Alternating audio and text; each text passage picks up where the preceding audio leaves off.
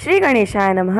वाणी की देवी माँ सरस्वती की कृपा से आज ये वीडियो मैं आप सभी के समक्ष प्रस्तुत करने जा रही हूँ। इस वीडियो के माध्यम से हम महालक्ष्मी व्रत कथा जानेंगे।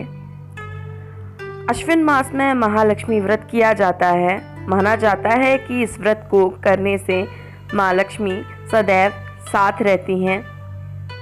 इसके साथ ही व्रत करने वालों को सुख सौभाग्य की प्राप्ति भी होती है। कहते हैं कि महालक्ष्मी व्रत में गज यानी हाथी पर बैठी माता महालक्ष्मी की पूजा करने से धन धान्य की प्राप्ति होती है। राधा अष्टमी के दिन से शुरू होने वाले इस व्रत का पितृपक्ष की अष्टमी के दिन पारण किया जाता है। माता लक्ष्मी के 8 स्वरूप आदि लक्ष्मी, धन लक्ष्मी, गज लक्ष्मी, धान्य लक्ष्मी, वीर लक्ष्मी, विद्या लक्ष्मी, संतान लक्ष्मी और विद्या लक्ष्मी माने गए हैं। महालक्ष्मी व्रत के दिन हाथी यानी गज पर बैठी हुई माँ लक्ष्मी की विधि विधान से पूजा की जाती है। मान्यता है कि विधि विधान से पूजा और व्रत कथा पढ़ने या सुनने से माँ लक्ष्मी प्रसन्न होती हैं।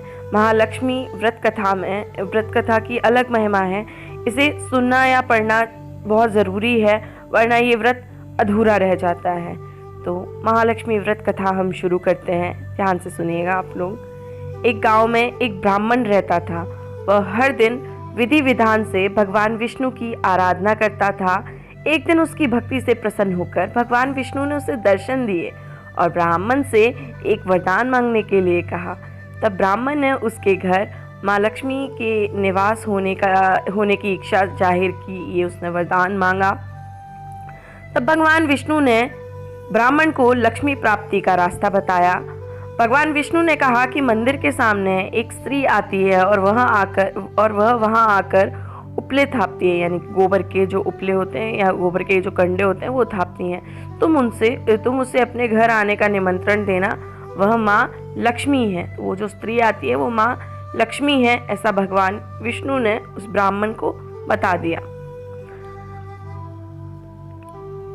भगवान विष्णु ने ब्राह्मण से कहा, जब माँ लक्ष्मी स्वयं तुम्हारे यहाँ पधारेंगी तब तुम्हारा घर धन धान्य से भर जाएगा।